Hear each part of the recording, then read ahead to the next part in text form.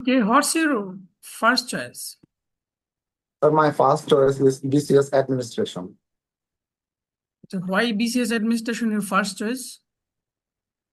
Uh, if I say from the beginning, sir, there are many reasons. First would be that in this cadre service, there is exposure. I get the exposure to meet with the many people from our country. I can meet with them and solve their problems. Basically, in the rural areas, I can work in the government policies and implement government policies and implement the government policies to the rural people. And in this cadre, I get the opportunity to solve their problems directly and instantly. I can solve their problems. And another one is that I get Well, opportunity. why you are eligible for this post? Uh, Sir, I am considering myself for this post because I'm hardworking, I'm passionate, and in the difficult situation, I can take decisions. And in the working in the bank, I can say that I can work to I can. It's been a great help to work with the rural people directly. I think I can service them with integrity, sir. So that's why, sir, I have chosen business administration. What's your subject? So my graduation service subject is, sir, forestry.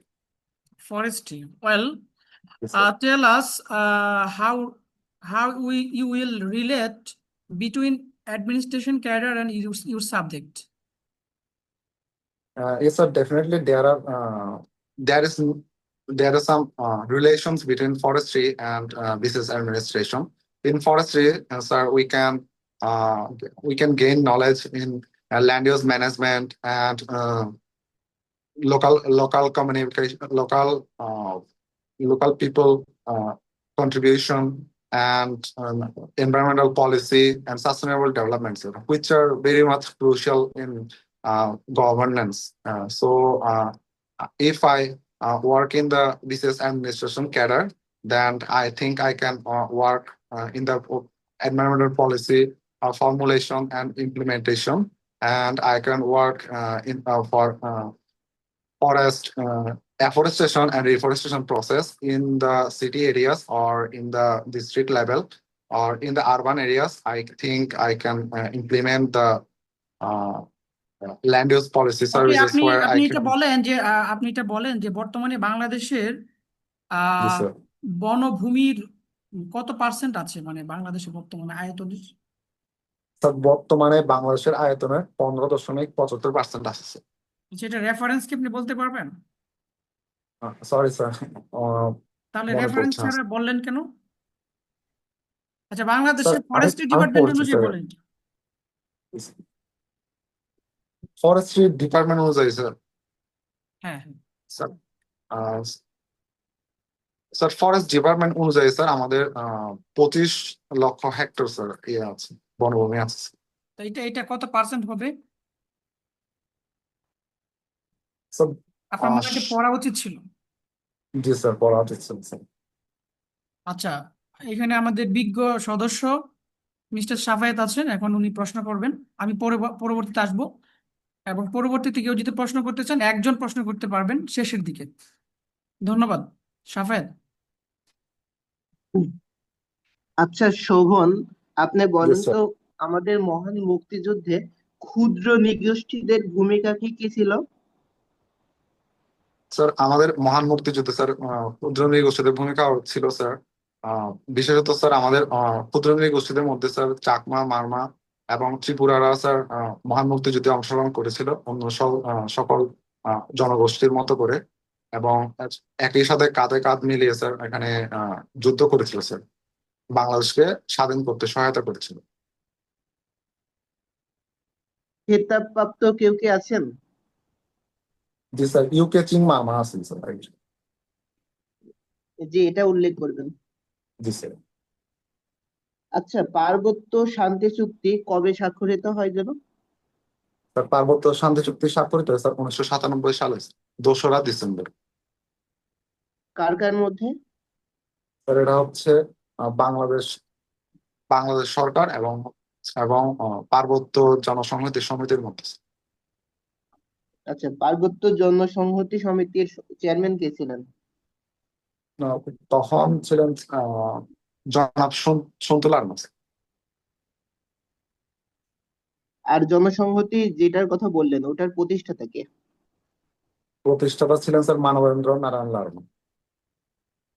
আচ্ছা, ওই যে পার্বত্য শান্তি চুক্তি, এটির বর্তমান কি অবস্থা? বর্তমানে স্যার পার্বত্য চট্টগ্রাম বিষয়ক মন্ত্রণালয়ের মধ্যে 48টি ধারা বাস্তবায়িত হয়েছে স্যার, বাকি ধারাগুলি স্যার বাস্তবায়নের পথে রয়েছে। আচ্ছা। আচ্ছা, আপনি বলেন তো দাহিয়া ডক্ট্রিন কি? দাহিয়া ডক্ট্রিন। সরি স্যার, হ্যাঁ স্যার এটা আচ্ছা, স্যার। ইসরায়েল প্যালেস্টাইন যুদ্ধ সম্পর্কে খোঁজ খবর রাখেন? জি স্যার। ওই যুদ্ধের বর্তমান কি অবস্থা এখন? স্যার ইসরায়েল প্যালেস্তিন যুদ্ধে স্যার বর্তমান অবস্থা হচ্ছে স্যার মানে ইসরায়েল এবং প্যালেস্তিনের মধ্যে যে রক্তক্ষয়ী যুদ্ধ স্যার 1 বছর ধরে চলতেছে, যত 1 বছর ধরে। এটা স্যার ফেব্রুয়ারির দিকে একটি যুদ্ধবিরতি চুক্তি স্বাক্ষরিত হয়েছিল। পরে স্যার ইসরায়েল এটা অমানবিকভাবে স্যার যুদ্ধবিরতি চুক্তি থেকে বের হয়ে আসে এবং নিরীহ ফিলিস্তিনের উপরে আবার স্যার আক্রমণ শুরু করে। এই যে বর্তমান আপনি অবস্থা। বললেন, হুম হুম, আপনি যে বললেন নিরীহ ফিলিস্তিনিদের উপর আক্রমণ শুরু করে, জি স্যার। তার মানে তারা ব্যাপক ভাঙচুর চালাচ্ছে বেসামরিক জনগণের উপর, এটাই হচ্ছে Dahiya doctrine. Dahiya ডক্টরিন sir. Doctrine, হ্যাঁ, দাহিয়া ডক্ট্রিন। আচ্ছা জি স্যার। আচ্ছা, বাণিজ্য যুদ্ধের নাম শুনেছেন? জি স্যার, বাণিজ্য যুদ্ধের নাম শুনেছি। এখন বলেন তো ট্রাম্প বাংলাদেশের উপর কত% শুল্ক আরোপ করার সিদ্ধান্ত নিয়েছেন? স্যার বাংলাদেশের উপরে স্যার মার্কিন president Trump 37% sir reciprocal tariff আরোপ করেছেন স্যার। আচ্ছা, এটা কি বাস্তবায়িত হয়েছে নাকি হয়নি? স্যার এটা এখনো বাস্তবায়িত হয়নি স্যার। কবে হবে জানেন? সরি স্যার, এটা সঠিকভাবে বলতে পারছি না স্যার। আচ্ছা, সব থেকে বেশি শুল্ক কোন দেশের উপর আরোপ করার সিদ্ধান্ত হয়েছে? সব থেকে বেশি শুল্ক স্যার সম্ভবত চীনের উপরে। জানেন ঠিক কত%? সরি স্যার, মনে পড়ছি না স্যার এমনি। আচ্ছা, সমস্যা নেই। ভারত পাকিস্তান যুদ্ধের ফলে কি কি চেঞ্জ আসলো বলে মনে করেন আপনি ভারত এই উপমহাদেশে? স্যার আসলে ভারত পাকিস্তানের যুদ্ধ স্যার অনাকাঙ্ক্ষিত ছিল, অনাকাঙ্ক্ষিত একটি যুদ্ধ। এর এর ফলে স্যার বর্তমান যে উপমহাদেশে স্যার আসলে যে একটি অস্থিরতা বিরাজমান স্যার, ওই অস্থিরতা এখনো রয়ে গেছে। বিশেষত স্যার কাশ্মীরে স্যার এখনো ভারত পাকিস্তানের যে একটি স্নায়ুযুদ্ধ যে বিরাজমান স্যার, এর কারণে আহ, আসলে পুরো উপমহাদেশে একটি মানে নিরাপত্তাহীনতা স্যার অনুভব করছে বর্তমান। সিমলা যদিও চুক্তির নাম শুনেছেন? জি স্যার, সিমলা চুক্তির নাম শুনছি। এই ভারত পাকিস্তান যুদ্ধের ফলে এই চুক্তিতে কি কিছু হয়েছে? সিমলা চুক্তি স্যার চুক্তি থেকে সরি স্যার এই মুহূর্তে মনে করছি না। আচ্ছা, গঙ্গা পানি চুক্তি, এটি জি সম্পর্কে স্যার। জানেন? বলেন তো। গঙ্গা পানি চুক্তি স্যার বাংলাদেশ এবং ভারতের মধ্যে যে গঙ্গা একটি নদী যে প্রবাহমান স্যার। এই পানির আহ, যেহেতু স্যার ভারত হচ্ছে গঙ্গা পানির উজানে অবস্থিত, সে কারণে স্যার এই পানির বন্টন চুক্তি, নদীর পানি বন্টন নিয়ে যে চুক্তি, সেটাই স্যার গঙ্গা চুক্তি, গঙ্গা পানি চুক্তি স্যার। আচ্ছা। আচ্ছা, আপনি তো স্নায়ুযুদ্ধের কথা বললেন তাই না? স্নায়ুযুদ্ধ পরবর্তী দুইটা বিখ্যাত বই প্রকাশিত হয় মার্কিন যুক্তরাষ্ট্র থেকে। বলতে পারবেন বই দুইটার নাম কি? Sorry sir. স্যামুয়েল পল হান্টিংটনের নাম শুনেছেন? জি জি স্যার, নাম শুনেছি। আপনার যদি সুজাত উল্লাহ স্যারের বোর্ডে পড়ে তাহলে এই প্রশ্নটা মোটামুটি সবাইকে করতেছে। আচ্ছা এখন বলেন তো স্যামুয়েল পল হান্টিংটন সম্পর্কে কি জানেন? স্যার, যতটুকু জানি স্যার, উনি স্যার ক্ল্যাশ অফ সিভিলাইজেশন নামে একটি স্যার থিসিস থিসিস স্যার প্রকাশ করেছেন, যেখানে বলা হয়েছে যে পরবর্তীতে যে একবিংশ শতাব্দীতে স্যার মানে আহ, সভ্যতা সভ্যতার মধ্যে একটি যুদ্ধ হবে, সেটা সেই কথাই স্যার এখানে বলা হয়েছে স্যার এই থিসিস। ওখানে সুইং সিভিলাইজেশন নামে কিছু শুনেছেন? সুইং সিভিলাইজেশন স্যার, জি। স্যার আমার সম্ভবত যেটা মনে পড়ছে স্যার, সেটা হচ্ছে সুইং সিভিলাইজেশন হচ্ছে স্যার চৈনিক সভ্যতার পক্ষে স্যার সুইং সিভিলাইজেশন বলা হয়েছে, আহ, যেখানে স্যার ইসলামিক সভ্যতার সাথে যে স্যার সরি স্যার, মানে ঠিক মতো বলতে পারছেন স্যার। আচ্ছা, ইউক্রেন রাশিয়া যুদ্ধের সর্বশেষ পরিস্থিতি কি? স্যার ইউক্রেন রাশিয়ার যুদ্ধের সর্বশেষ পরিস্থিতি হলো স্যার, বর্তমানে আহ, রাশিয়া এবং ইউক্রেনের মধ্যে যে যুদ্ধ চলছে, সেটা যুদ্ধ বিরতির মাধ্যমে এবং হচ্ছে স্থায়ী সমস্যা সমাধানের জন্য চেষ্টা চলছে। এর এর মাঝখানে আহ, যুদ্ধবিরতির জন্য চেষ্টা করে যাচ্ছেন হচ্ছে মার্কিন প্রেসিডেন্ট ডোনাল্ড ট্রাম্প। আচ্ছা, এখানে কি এছাড়া স্যার কোনো অন্যান্য সম্পদ, প্রেসিডেন্ট। এখানে কি কোনো সম্পদের কোনো আলোচনা চলছে, জি চুক্তির স্যার, বা এই কিছু? জি স্যার, কি চুক্তির সেটা? চুক্তি সেটা হচ্ছে স্যার ইউক্রেনে যেসব মিনারেলস রয়েছে স্যার, কিছু আহ, মানে অমুক কিছু স্যার মানে অতি মূল্যবান স্যার কিছু খনিজ রয়েছে, সেগুলো সেগুলোর সেগুলোর যে উত্তোলনের যে প্রক্রিয়াটা এবং হচ্ছে প্রক্রিয়ার মাধ্যমে স্যার যে একটু চুক্তির দাবি করছেন স্যার ডোনাল্ড ট্রাম্প। আচ্ছা, আমি কিছু প্রশ্ন করতে চাই, আমি শেষ করে দেবো 1 মিনিট। জি স্যার, মিস্টার চাকমা, তো জি স্যার, আপনার ফার্স্ট চয়েস হচ্ছে বিসিএস প্রশাসন ক্যাডার। আচ্ছা, জি বলেন স্যার। তো একটা উপজেলায় কতটি ক্যাডার পোস্ট থাকে, আপনার জানা আছে কি? না স্যার, সরি স্যার। আচ্ছা, ধরেন আপনি হচ্ছেন একটা উপজেলার হচ্ছে ইওনো, ঠিক আছে, উপজেলা নির্বাহী অফিসার, এবং সেটা হচ্ছে একটা হাওর অঞ্চল। তো আপনি একজন ইউনো হিসেবে একটা হাওরের যে অঞ্চলটা আছে সেটার উন্নয়নে আপনি কি কি পদক্ষেপ নেবেন? স্যার একজন হাওর এলাকার ইউএনও হিসেবে স্যার আমি হাওর অঞ্চলের যে মানুষ রয়েছেন স্যার, তাদের যে জীবন জীবিকা রয়েছে, তাদের মধ্য থেকে যদি চলাফেরা, হাওর অঞ্চলে যেহেতু স্যার হাওর অঞ্চল, সেহেতু স্যার ওনাদের অবশ্যই যোগাযোগের সমস্যা থাকবে।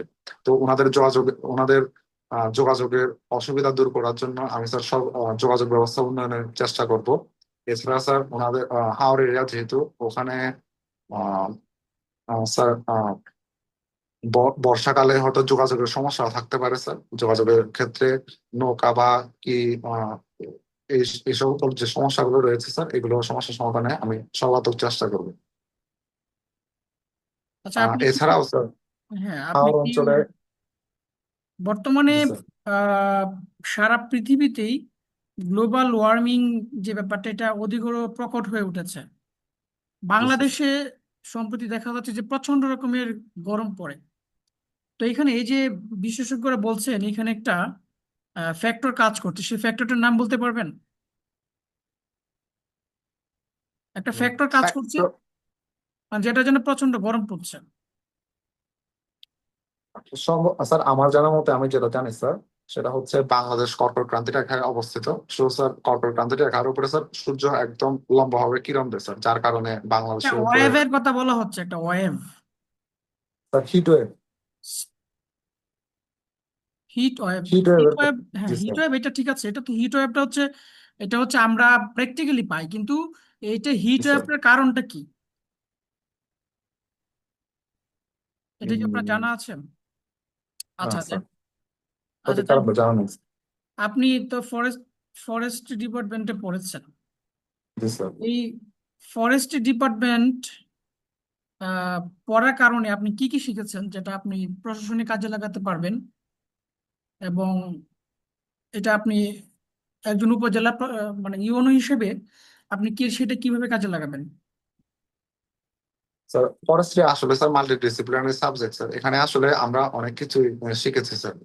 সেটা হচ্ছে প্রথমত স্যার আমরা যে ফরেস্ট অ্যাফরেস্টেশন এবং রিফরেস্টেশন যে বলে স্যার, যেটাকে হচ্ছে যে ব্যারেন যেসব খাস জমি রয়েছে স্যার বর্তমানে বাংলাদেশে স্যার, যেহেতু জলবায়ু ঝুঁকিপূর্ণ অঞ্চল, সেহেতু স্যার আমরা প্রচুর পরিমাণে গাছ লাগানোর জন্য সরকার উদ্বুদ্ধ করতেছেন জনগণকে।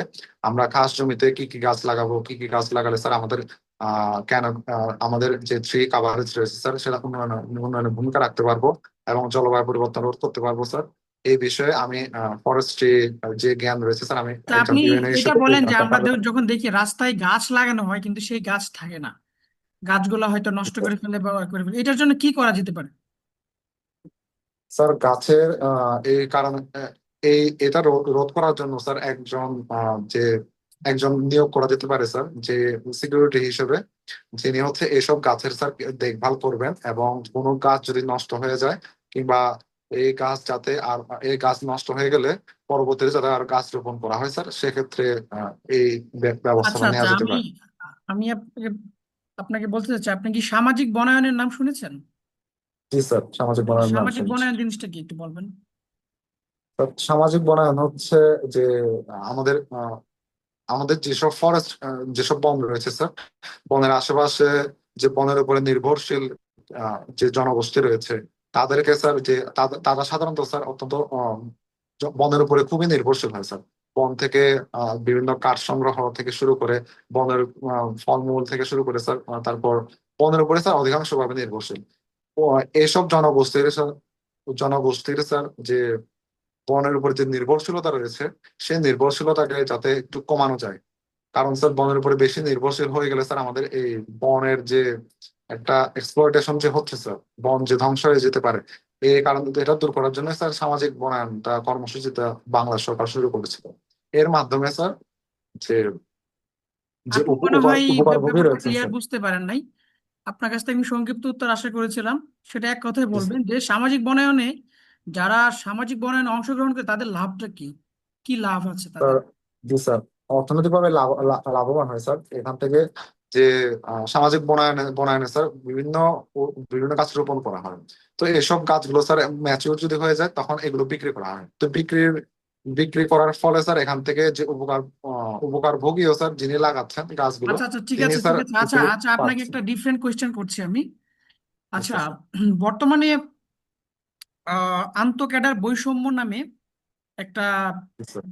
নীরব একটা মানে আন্দোলন চলছে, এই সম্পর্কে আপনি কিছু জানেন? জি স্যার, জানি স্যার। কি এটা বলেন তো দেখি। স্যার আন্তঃক্যাডার বৈষম্য, আমি যতটুকু জানি স্যার আমার জানার মতে, সেটা হচ্ছে স্যার বর্তমানে অ্যাডমিন ক্যাডার বা প্রশাসন ক্যাডারে যারা রয়েছেন স্যার, তারা যে তাদের সাথে এবং অন্য যেসব ক্যাডার রয়েছেন স্যার, যে 25টি ক্যাডার রয়েছেন তাদের মধ্যে একটি বিরোধ চলছে স্যার।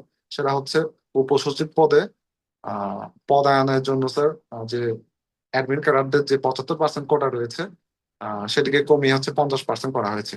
কিন্তু কি অন্য কি কিসের অন্য কিসের উপসচিব জন্য? পদে স্যার, হ্যাঁ উপসচিব পদে, উপসচিব আচ্ছা পদে আচ্ছা। হুম, জি স্যার পদায়নের জন্য প্রশাসন ক্যাডারদের এটাকে আমরা কোটা। ডিএসপি বলি। হুম, জি স্যার, ডিএসপুর বলা হয় স্যার। ডেপুটি আগে সেক্রেটারি। ছিল স্যার, জি স্যার, বর্তমানেও স্যার 75% বিদ্যমান প্রশাসন ক্যাডারের জন্য, অন্যান্য ক্যাডার জন্য স্যার 25% বিদ্যমান। কিন্তু স্যার এখানে বলা হচ্ছে যে উপসচিব কোনো প্রশাসন ক্যাডারের পদ নয়। এরা সব সব ক্যাডারের জন্য সব ক্যাডাররাই এখানে সমানভাবে দাবিদার। যার কারণে স্যার এটা প্রশাসন ক্যাডার সাথে অন্য ক্যাডারের একটা দ্বন্দ্বের মূল কারণ স্যার। তা আপনি একজন প্রশাসন ক্যাডারের মনে করেন যে মানুষ, তাহলে আপনি এটাকে কিভাবে আপনি সমর্থন করবেন, নাকি আপনি 50-50 যে দিয়েছে জনপ্রশাসন সংস্কার কমিশন, জি স্যার। সেটাকে জি আপনি স্যার। কিভাবে দেখবেন? আপনি স্যার একজন আমি প্রশাসন ক্যাডারের সদস্য। জি স্যার। স্যার একজন প্রশাসন ক্যাডারের সদস্য হিসেবে যদি চিন্তা করতে গেলে স্যার আহ এটাকে স্যার যেহেতু মেনে নিতে হবে স্যার, কারণ এখানে যে 50% কোটা যে রয়েছে স্যার, সেটুকু কিন্তু যে প্রশাসন প্রশাসন ক্যাডার যারা, তারা তো এটা বিরোধিতা করছে। তারা বলছে জি যে স্যার প্রশাসন ক্যাডার, এই যে ডিএস পোলটা, এটা কিন্তু সম্পূর্ণ পোস্টটাই হচ্ছে আপনার প্রশাসন ক্যাডারের পোস্ট, তারা এটা বলছে। এবং জি স্যার আহ, সম্প্রতি কয়েক বছর আগে একটা সংস্কার হয়েছিল যে 75% প্রশাসন ক্যাডার থেকে আর বাকি 25% আসবে 25 ক্যাডার থেকে। তা আপনি একজন প্রশাসন ক্যাডারের সদস্য হয়ে সেটাকে আপনি বলছেন সমর্থন করার জন্য, এটা কন্ট্রাডিকশন হয়ে গেল না? স্যার। স্যার আসলে আহ আমরা যেহেতু স্যার সবাই বাংলাদেশের নাগরিক, এবং স্যার মানে সবাই স্যার সমানভাবে যোগ্য, এই সব ক্যাডার সময় স্যার যোগ্যতার দাবিদার। সেহেতু স্যার আমি মনে করি যে এই সমস্ত ক্যাডার সমূহ মিলে স্যার এখানে জনপ্রশাসন সংস্কার কমিশনের আদলে ওখানে স্যার সুপারিশে বলা হয়েছে যে সুপিরিয়র এক্সিকিউটিভ সার্ভিস নামে একটি সার্ভিস গঠন করা স্যার, যেখানে যে সব ক্যাডারের সদস্যরা স্যার পরীক্ষার মাধ্যমে মেধা তালিকার ভিত্তিতে স্যার যে উপসচিব পদে যে প্রদান হতে পারে। তো স্যার আমি এই বিষয় থেকে স্যার আমি সমর্থন করেছি। আচ্ছা, ঠিক আছে। তো জি স্যার। উম, আমার পক্ষ থেকে শেষ একটা প্রশ্ন। আপনি কি জি স্যার। গান, কবিতা এগুলা পছন্দ করেন? স্যার গান মাঝে মধ্যে শোনা হয়েছে। শোনা হয়? আচ্ছা, কার গান শোনেন? স্যার আমি মেঘদলের গান শুনেছি। কার? মেঘদল। ম্যাকডোর মেঘদল ব্যান্ডের গান। ব্র্যান্ড? জি স্যার। জি আচ্ছা, স্যার। এটা কি আপনাদের আঞ্চলিক কোনো ব্র্যান্ড নাকি? ম্যাকডোল ব্র্যান্ডের নাম খুব বেশি একটা শুনি নাই। চিরকুট স্যার এদের ওটা শুনছি। Bangladeshi band sir. আচ্ছা আচ্ছা আচ্ছা। আচ্ছা, ম্যাকডোলের একটা গান আমাদেরকে একটু কয়েকটা পংক্তি শোনান বা লাইন আমাকে গিয়ে একটু শোনাতে পারেন? জি স্যার। কিছু বিষাদগ্রস্ত দিন, কিছু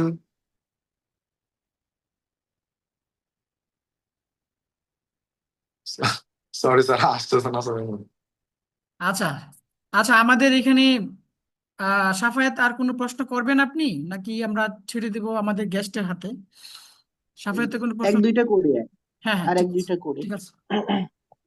আচ্ছা, আপনি বলেন তো, এসডিজি তে এনভায়রনমেন্ট নিয়ে কি কি বলা আছে, যেহেতু আপনি ফরেস্ট্রি ডিপার্টমেন্টের। জি sir. Sir as sustainable development বলছে স্যার যে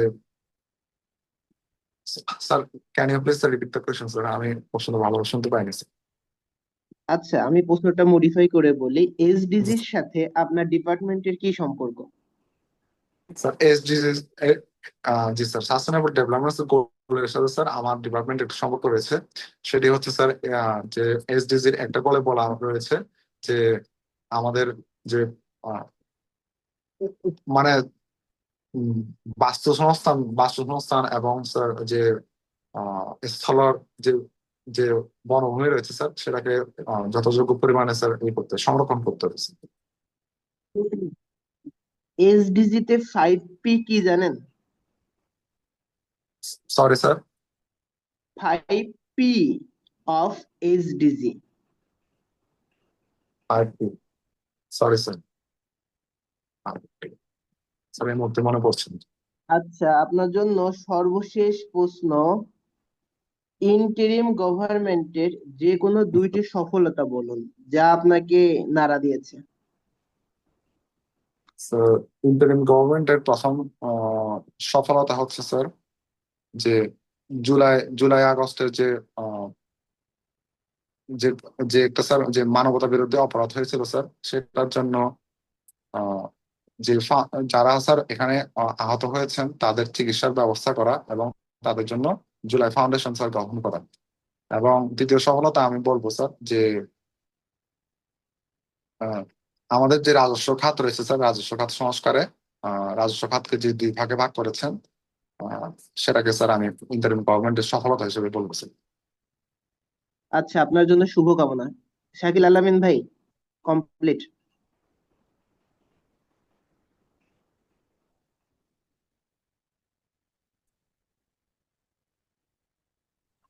আপনি বলেছেন যে ইন্টারিম গভর্নমেন্টের দুইটি সফলতার মধ্যে একটি হচ্ছে যে এনভিআর কে ভেঙে দুই ভাগে ভাগ করা হয়েছে বা রাজস্ব ভাগ Yes, sir. দুই ভাগে ভাগ করা হয়েছে, কিন্তু এটা তো Yes, sir. আহ, কিছু ক্যাডার সেটা মেনে নিচ্ছে না। আপনি এটাকে কিভাবে দেখবেন? বিশেষ করে স্যার কাস্টম এটা এবং ট্যাক্স ক্যাডার এটা মেনে নিচ্ছে না। জি স্যার, ওনাদের স্যার মেনে না নেওয়ার কারণ থাকতে পারে স্যার ওনাদের নিজস্ব। তবে স্যার বিশেষজ্ঞরা এবং অর্থনীতিবিদরা যা মনে করেছেন, অর্থনীতিবিদরাও বলছেন স্যার, এবং ইন্টারিম গভর্নমেন্টও বলছে স্যার যে এর মাধ্যমে যে জনগণ, ব্যবসায়ী এবং হচ্ছে ট্যাক্স গভর্নমেন্টের যে একটা দূরত্ব ছিল সেটা কমে আসবে, এবং আমাদের যে ট্যাক্স আহরণে যে স্যার একটা দুর্বলতা রয়েছে সেটা স্যার কাটিয়ে উঠবে। স্যার এটাকে আমি স্যার মানে সফলতা হিসেবে বলতে হবে স্যার। আজকে ওনার ভাবাইকে নিয়ে শেষ করে দিচ্ছি। ধন্যবাদ শুভন, আপনি আসতে পারেন। Shakil thank you sir. Almin ভাই, ভাই ওই ওনাকে কিছু কোশ্চেন করছিলাম, ওটা 2-3 মিনিটে একটু ফিডব্যাক দিয়ে দিই, তাহলে ওনার হ্যাঁ, উপকার হ্যাঁ, হতে পারে। হ্যাঁ, জি হ্যাঁ, জি হ্যাঁ, স্যার। হ্যাঁ, হ্যাঁ, ফাইন্ডিংস গুলো আমরা বলবো। প্রথমে সাফায়াত বলো, আমি পরে বলছি। ভাই ওই আপনি অবজারভেশনটা আপনি বললেন, আমি কিছু প্রশ্ন করেছিলাম, ওগুলোর ফিডব্যাক ওনাকে দিয়ে দিচ্ছি। হ্যাঁ, হ্যাঁ, এই যে আপনি যখন কি যেন বলে কোল্ড ওয়ার পিরিয়ডের কথা উল্লেখ করছিলেন, তখন আমি আপনাকে দুইজন লেখকের বইয়ের নাম জিজ্ঞাসা করেছিলাম। একজন হচ্ছে স্যামুয়েল পল হান্টিংটন, ওনার বইয়ের নাম বললে আপনাকে পুরোটা বলতে হবে, clash of civilization and the remaking of world order. আর আরেকজন হচ্ছেন ফ্রান্সিস ফুকুয়ামা, ওনার বইয়ের নাম হচ্ছে the end of the history and the last man. এই যে বর্তমানে আপনারা যেসব গ্লোবাল সিনারিও দেখতেছেন, এই দুইটা কিন্তু, এই সব ঘটনাবলী কিন্তু ওই দুইটা স্যামুয়েল বইয়ের লেন্সের হান্টিংটনের আলোকে। একদম এগুলো মিলে যাচ্ছে, ধর্মে ধর্মে যুদ্ধ হবে একটা, এবং হ্যাঁ ভাই। মুসলমানদের সাথে খ্রিস্টানদের বা হিন্দুদের একটা ক্লাশ হবে, যেটা আমরা ইসরায়েলে দেখতে পাচ্ছি। মুসলিমদের সাথে হুম, ইহুদি বা খ্রিস্টানদের একটা ইয়ে আছে। আচ্ছা, আমি একটু ফাইন্ডিংসটা বলি। আহ বলেন ভাই। মিস্টার শুভন চাকমা, আপনার চেহারা অসাধারণ, মাশাল্লাহ, দেখতে সুন্দর আপনি, এবং আপনার সমস্ত ভাইভাতে আপনার স্মাইলিং ফেসটা আমাকে মুগ্ধ করেছে। আর এখানে একটা কথা বলি, আপনি না জেনে কখনোই কোনো প্রশ্নে এর উত্তরে যাবেন না, যেটা আপনি করেছেন। এটার জন্য জি আপনার স্যার। ভাইভাতে আজকে আমার 10 নাম্বার কম দিতে হচ্ছে। কারণ জি আপনি স্যার। এখানে আপনি জানেন না, ঠিক আছে, এটা কিন্তু কখনো পেছাবেন না বোর্ডের সাথে, বা আপনি জি স্যার। কখনো এটা, হ্যাঁ, মানে পেছাবেন, হ্যাঁ, মনে করবেন আর কি। ঠিক আছে, এটা কিন্তু কখনোই করা যাবে না। ঠিক আছে, তবে ইংলিশের আরেকটু ফ্লুয়েন্সি থাকা দরকার। যথেষ্ট ছিল, তবে কিছু ভুলভ্রান্তি ছিল।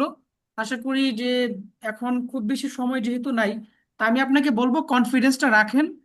আর যে প্রশ্ন পারবেন না সেটা আপনি কখনো উত্তর করতে যাবেন না, সোজা না করে দিবেন। ঠিক জি আছে, স্যার। কারণ আমাদের এখানে যারা মক ভাইবা দিয়েছে তাদের সবাইকে এই পরামর্শটা আমরা দিয়েছি, এবং এখানে আমাদের 41 আমরা 7 জন, এবং 43 আমরা প্রায় 40 জন ক্যাডার পেয়েছিলাম মক ভাইবার।